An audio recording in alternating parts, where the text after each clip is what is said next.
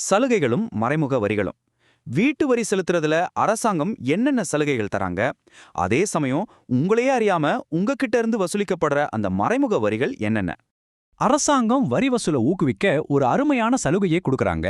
ஒவ்வொரு அரையாண்டோட முதல் 15 நாட்களுக்குள்ள, அதாவது ஏப்ரல் 1 முதல் 15க்குள்ளேயோ அல்லது அக்டோபர் 1 முதல் 15க்குள்ளேயோ உங்க முழு வீட்டு வரியையும் ஆன்லைன்ல கட்டிட்டீங்கன்னா உங்களுக்கு 5% ஊக்கத்தொகை கிடைக்கும். இதனால அதிகபட்சமா 5000 ரூபாய் வரைக்கும் உங்க வரியில நீங்க மிச்சம் பண்ண முடியும். இது ஒரு சூப்பரான வாய்ப்பு இல்லையா? ஆனா சலுகை இருக்கிற அதே இடத்துல கண்டிப்பா அபராதமும் இருக்கும்ல. குறிப்பிட்ட நேரத்துக்குள்ள நீங்க வரிய கட்ட தவறிட்டீங்கன்னா நிலுவைத் தொகைக்கு மாசம் 1%ல இருந்து 2% வரைக்கும் அபராதம், அதாவது சிம்பிள் இன்ட்ரெஸ்ட் பெனால்டி போடுவாங்க.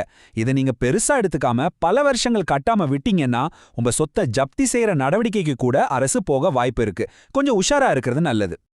இதுல நீங்க நோட் பண்ண வேண்டிய ஒரு முக்கியமான விஷயம் என்னன்னா, உங்க வீட்டு வரி ரசீதுல வெறும் சொத்து வரி மட்டும் இருக்காதுங்க. அதோட சேர்த்து லைப்ரரி செஸ்ன்னு சொல்லப்படுற நூலக வரி, குப்பை அழுவதற்கான திடக்கழிவு மேலாண்மை கட்டணம், இது எல்லாமே சேர்ந்தே வசூலிக்கப்படும். இது போக மெட்ரோ வாட்டர் அப்புறம் பாதாள சாக்கடைக்கு தனியா நீங்க வரி கட்டணும். இதுல பலருக்கும் தெரியாத ஒரு ஷாக்கிங் தகவல் சொல்றேன் கேளுங்க. நீங்க இன்னும் வீடே கட்டல, சும்மா காலி இடமா தான் வச்சிருக்கீங்கன்னா கூட அதுக்கும் நீங்க காலி மனை வரி கட்டியாகணும். வாடகை வீட்ல இதெல்லாம் ஓனரோட தலைவலி.